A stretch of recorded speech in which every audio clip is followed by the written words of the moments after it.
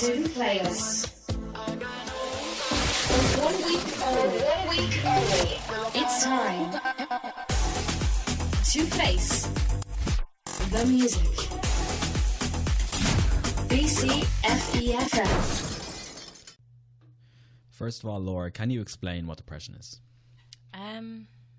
That's kind of like a very broad answer because there's different types of depression.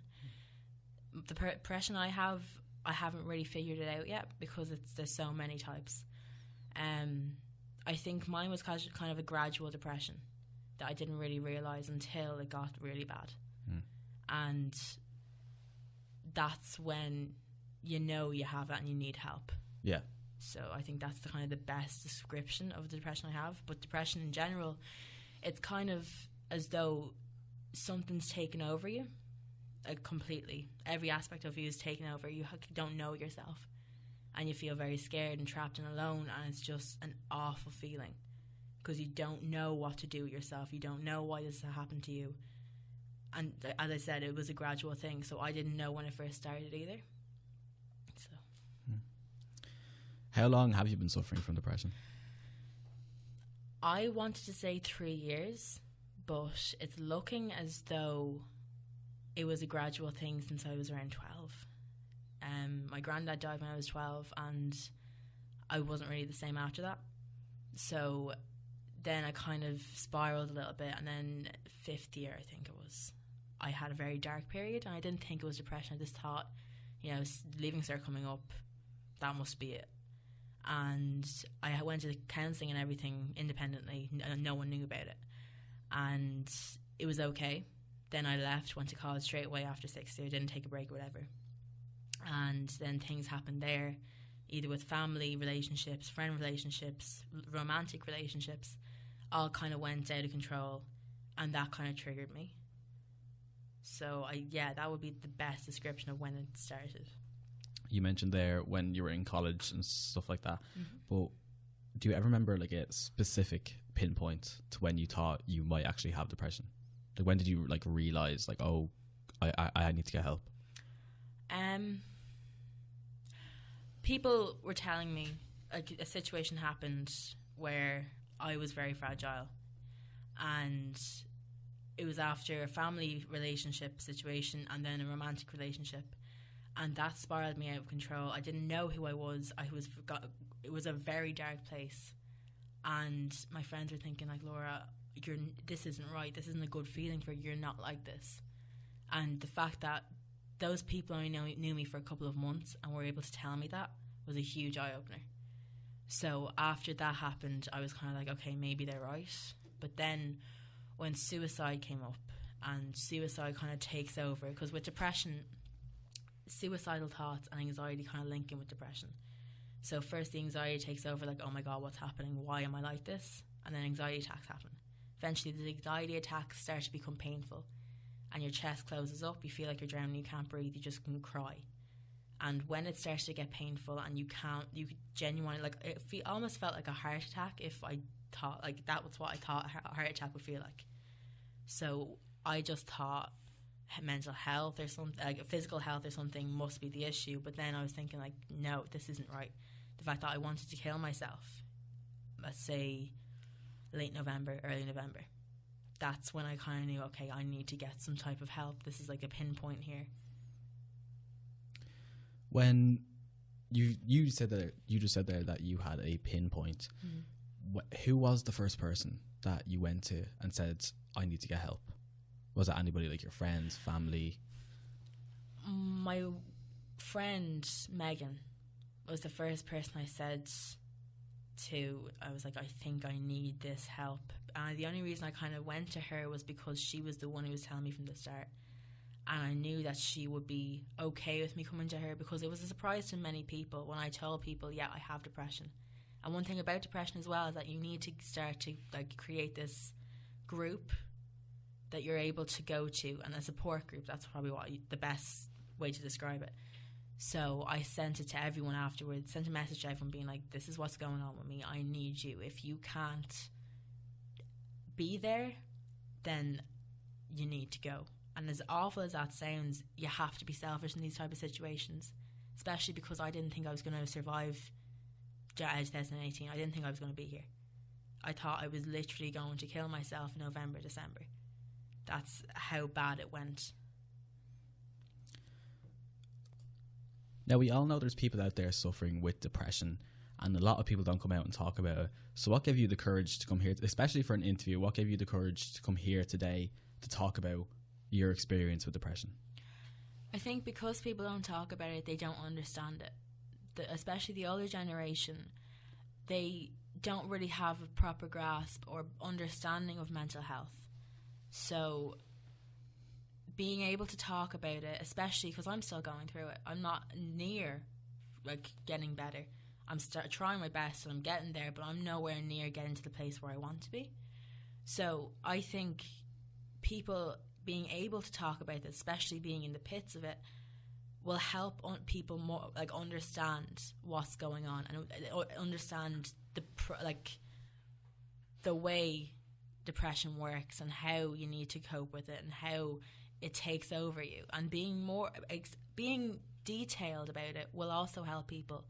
And especially because I was one of the people who didn't believe that I had it. So if you can hear people talking about it and telling everyone about your experience, other people will be like, oh, okay, so maybe I do have it. Maybe I do need help. And the sooner you get help, the easier it will be to get through it. If you're too far deep, it will be so hard to get through, but you will. Everyone does. I believe that everyone has the ability to get over it because, as my doctor says, you got yourself into it, you can get yourself out. And being told that is something that makes you kind of feel like, yes, I can do this. Absolutely, 100% I can do this. He's right. Or she's right. Now, we know a lot of people that are there with depression have come out and got their help. They have, like, they've either it's medical or they take their antidepressants and other stuff like that. But there is other ways that people with depression cope. Like, it could be through music or anything like that. But how do you cope? What do you do on a bad day when you just feel like that? What do you do to just just push it to a side? If you're trying to get what I'm saying. Yeah, I get what you're saying. One thing I would tell people is don't push it to one side. Definitely do not do that, because what you're doing is bottling it up and pushing it there and thinking, I'll deal with it later. That doesn't work. If anything, that just gets you into an anxiety attack, which will then put you in a depressive mood for a couple of days. That's what I've learned. What I do is that sometimes with my depressive states, it happens within, I have these kind of states within weeks. So one block week I'll be like that, and then eventually I'll get over it. And the way I do that is clearing my mind and drawing. So if I don't know what's going on in my head that made me like this, what I'll do is I get a piece of paper, I'll get pens, and I'll just draw. And eventually it will kind of have like a metaphorical kind of situation where I'm looking at the paper, I'm like, okay, this means that, that means this. This is why I'm like this. And then I can deal with it in my own head. Now, I know other people wouldn't be able for it because they'd either be like, oh, I can't draw or whatever. That's not the point of it. You're not trying to be an artist, you're trying to figure yourself out. I know other people who just talk and that helps them. I know other people who, as you said, listen to music. People don't know that the music you listen to reflects on what state you're in. So if you're listening to sad music, you're in a sad state, whether you know it or not. Happy music has a happy state. It's a very psychological thing. So I'd say my personal one is drawing, but other people can talk about it, listen to music. Just the main thing you need to do is figure out what's going on in your head, in detail, what's going on in your head. And that's how you can get over your depressive states. Now, it's not going to cure you completely, obviously, but it will help you get through it and figure out what's going on. So you just mentioned there you do therapy drawing. Yeah. So obviously you would recommend that to anybody? Anybody suffering with depression? Yeah, absolutely. You don't have to be an artist. It doesn't even have to make sense. You don't have to show anyone. But it does help you because it clears your mind completely and you understand what's going on. Okay. Now, I really appreciate you coming out all the way up here today to do this interview, and I just want to ask you one more question. Yeah. What advice would you give to people, even young people, older people, anybody that is suffering with depression out there? Don't mark it out. At the start, don't mark it out. Don't think, no, it can't be depression. Depression can happen to anyone at all. no one, as I said before, no one thought I would have it, and people were shocked when I said I had it. So the only bit of advice I can give people, and it's a very hard step to take, but you need to find help, and actual help, not just going to a friend and talking about it, or going to someone who's been through it. No, that's not going to do anything for you. You need to go to your doctor or go to someone with qualifications, and you need to tell them, this is happening to me. I went to my family doctor. He's seen me when I was a baby, and talking to him and telling him about this broke his heart, and he is constantly on the go making sure I am okay. He told me at one stage, Laura, I know it's a doctor usually costs around $50 every time you visit them, yeah? He's like, Laura, if there's any time where you think I'm going to kill myself, I'm going to harm myself in any way, come to me. You need that. You need someone professional who's willing to help you. And there's so many out there. You go to your doctor, you tell them what's going on, they'll put you straight to the HSE maybe. That's what happened to me. Now I'm doing treatment in HSE. It's around a 6-week assessment. Then after the assessment, they'll meet with you, all the consultants, everyone. There's around 8 people I'm going to be meeting in the next couple of days. They're going to hand me a piece of paper telling me everything that they think is going on with me, and they're going to hand me recommendations. They're going to show me what to do and how to get out of this. You need to have the mindset that you're going to get through this, otherwise you're not going to help yourself. So the first step is finding help from a professional, and it's such a hard step because you're basically saying, yes, I have this, and it's terrifying. It's absolutely terrifying, but you need to do it, because otherwise you're not going to get better. It's just going to get worse, and it's going to become dangerous. That's what happened to me. It got so dangerous. So you need to get that kind of help sorted. And I think another thing you need to know is that with depression, there's harming. Now, harming doesn't mean physical harming. It means mentally harming as well. Like the fact maybe you're binge eating, maybe you're purging. That kind of stuff is also self-harming. Maybe bottling it up, that's self-harming. You need to know that as well. Because otherwise you'll just think, oh, this is just me being needy and stuff like that. That's what I thought as well. It's not. It's you looking for help, and you need to get that help, or else you're not going to get anywhere. Okay, thank you for everything today. I really appreciate it. No bother.